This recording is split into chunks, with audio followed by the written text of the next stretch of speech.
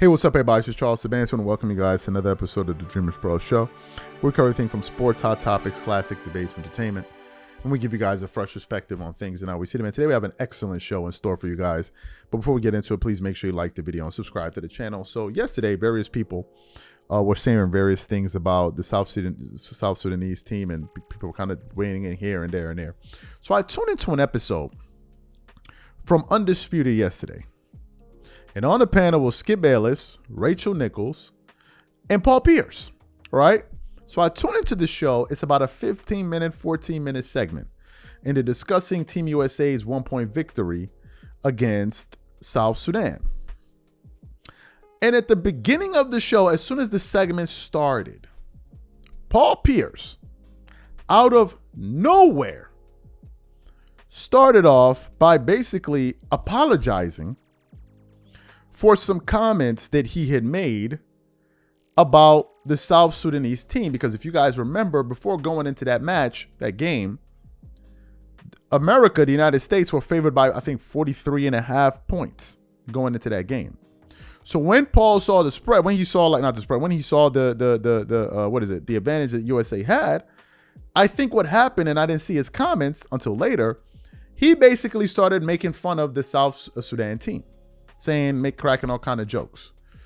But I think what happened was, after the game, after he saw how well they played, and he did some research about the team, the country, and all of that, he decided that he needed to go on live TV and go apologize for his comments that he made, I think the previous Friday.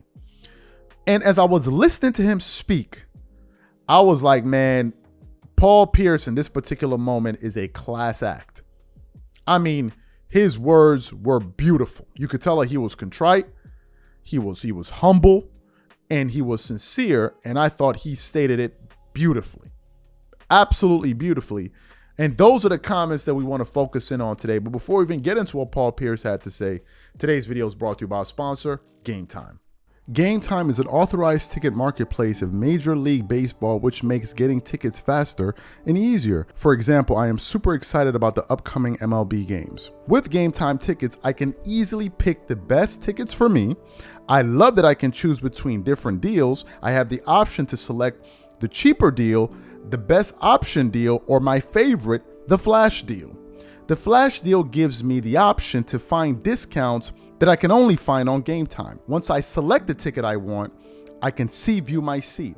And it's not just restricted to baseball. I can also look for the best ticket deals for other sports like football, the NBA, concerts, comedy, or other theater shows. Included in my purchase, I also have a 24-hour return guarantee, a lowest price guarantee, event cancellation protection. So take the guesswork out of buying MLB tickets with Game Time.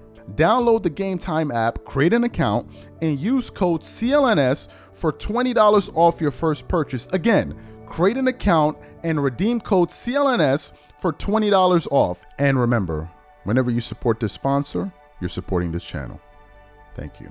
So what we would like to do now is want to play exactly what Paul Pierce had to say on Undisputed. I want you guys to listen to it in its entirety, because I think he said it beautifully. And then we're going to come back and react to his comments. Take a listen to Paul Pierce here. First off, I'd like to offer an apology to South Sudan for the disrespect Here we go.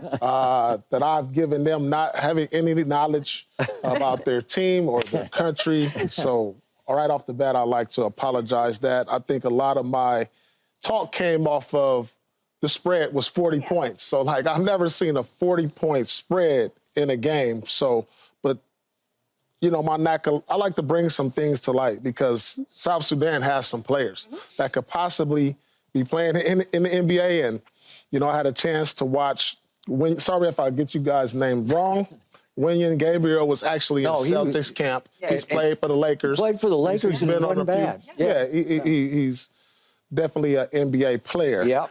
But the reason, like I said, you know, South Sudan hasn't really been on the map for that long, you know, so that's the reason for the jokes and, you know, or whatever. But, you know, when they got guys, they have prospects, you know, and you can't take that away from them. Gabriel Jones, G League MVP, 2023. Jones. Yeah. I mean, yeah. Yeah. Carleague Jones. He's been in the league. He's been in the league. I have a feeling after this he'll be back in gave someone's him a training camp. triple-double. I mean, who's guarding him? I mean, no disrespect to him, but, like, he got a triple-double versus the USA team. Came in, Mulak, if I say it, 17-year-old going to Duke, NBA prospect. But 7'2". 7 foot, two. But, you know, you got to give a lot of credit, you know, and I did my research over the weekend. I apologize, and I'll be watching South Sudan more. Yeah. Because they were exciting to watch, and they really got my attention. Yeah. I didn't realize Luol Deng was from South Sudan or Manu Bo. Yeah. You know, so my lack of knowledge, I continue to apologize, you guys. But Luol, the reason they're at where they're at is because Luol. You know, he's put his own money into the basketball program and, you know, really developed something to make a name. And, you know, this is a country who we're gonna be seeing a lot of. And after that game, I was so impressed, Skip. And, you know, maybe it's something I said on Friday, put a battery in their back. And maybe Coach Royal Ivey, who's been in the NBA, who I played against, probably played what I said. And I'm glad they did. You know, because they need some light and some attention for what they're able to accomplish. And, you know, who would think that we would be talking about this in a loss? Yeah. In a loss. Yeah. You know, they lost the game, but they showed me something. They showed pride. And you know what this says to me also when I watched it? Another thing I thought of, it showed me the seismic shift in international play. You think about this, Skip, Rachel? There hasn't been an American MVP since 2017, 2018. Yep. American MVP player in the NBA, James Harden. Yep. This game opened my eyes to so many things about the international play, how they're not scared of the U.S., how they're catching up with different teams, and how players from around the country are just becoming NBA players. And think about this, the last two NBA drafts have featured players from France as a top pick. And it just shows you that the U.S., although as a whole, are more talented. As a whole, you know, from top to bottom. But when you look around the world, how much the game has grown, and players from every country, no matter what race, wherever, are learning the game. They're getting facilities, they're getting help, and they're catching up to us. And we can't even say we don't have the best player in the NBA is not from America. So you heard what Paul Pierce had to say. First of all, kudos to Paul. I thought that he stated that beautifully, very well said, and I appreciated his comments. I'm not even from the Sudan, but I just respected the maturity that Paul Pierce showed and the contrition to basically correct himself when he knows he's wrong. I mean, that was fantastic. At first, they were laughing on the segment because they thought he would but then once they realized how sincere he was with his comments, I thought that was fantastic. So shout out to Paul Pierce for those comments, man. We really appreciated that. A lot of people appreciated that when you said that. But back to the overall conversation. Look, sports is supposed to be something that brings people together, and it must remain like that. And whenever we have things where we say things and we kind of pick on a particular group that goes beyond basketball and all of that, if we're wrong, we need to admit to it and own up to it and say, hey, look, we're wrong. I've been consistent on this issue across the board. Now, some people have tried to put some political spin on it and say, oh, no, this is a freedom of speech and blah, blah, blah, blah. I'm like, no, it's not no damn freedom of speech. Let's apply some wisdom when we use. See, that's why God gave us wisdom, right? He gave us wisdom. We're not dogs and cats or whatever, where we just operate off of instinct and emotion. No, we have wisdom. We should be able to discern situations.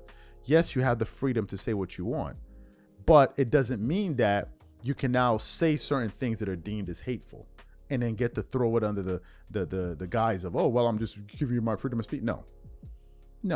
If I walk up to a particular group, any group, and I start saying hateful things towards that group, and you can see that they're clearly offended, I don't get to then run behind a curtain and hide and say, oh, no, it's my freedom of speech. No, it's not. Because what you're pretending is that, what you're trying to pretend is that there's nothing that can be said that can offend people, which is BS. I can never be offended. That's rubbish. As a matter of fact, the people that hold on to these particular views are the people that are the easiestly offended. All you got to do is say, hey man, I don't agree with your positions on this X, Y, and Z. And you'll see. All of a sudden, it ain't no longer freedom of speech. It's all. So to me, look, I believe that everybody should have the right to express their views, but you have to apply some wisdom to it.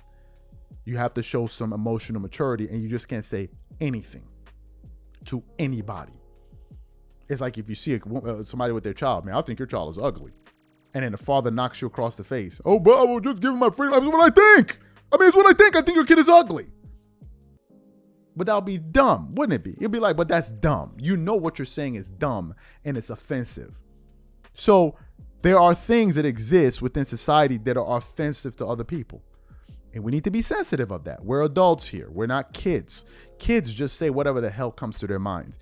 Adults should be able to curtail their emotions and monitor their language a little bit better in public. This is just my personal view. Now, if this is too radical for you, I don't know what to tell you.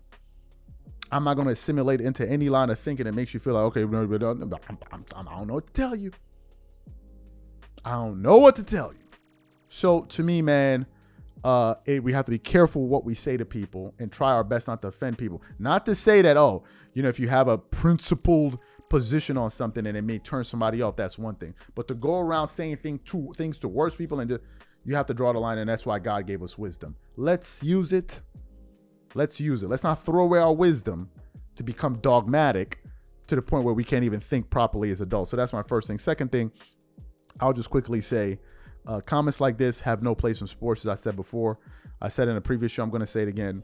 Can you imagine if a player like Michael Jordan, Kobe Bryant, LeBron James, one of them said that? As a matter of fact, Joel Embiid was brought the comments that Gilbert Arenas made, and he said he was very disappointed in it. And and Joel Embiid, who is an American by, I guess, his green card, whatever it is, he's a Cameroonian. So he would be offended by that, right? So there's no space for this. This is just my position. Whoever is offended by it, you have the right to be offended, but I'm going to state my opinion on it. These are my thoughts. Whatever you guys think, please leave your thoughts and comments in the comment section. We catch you on the next show. Peace.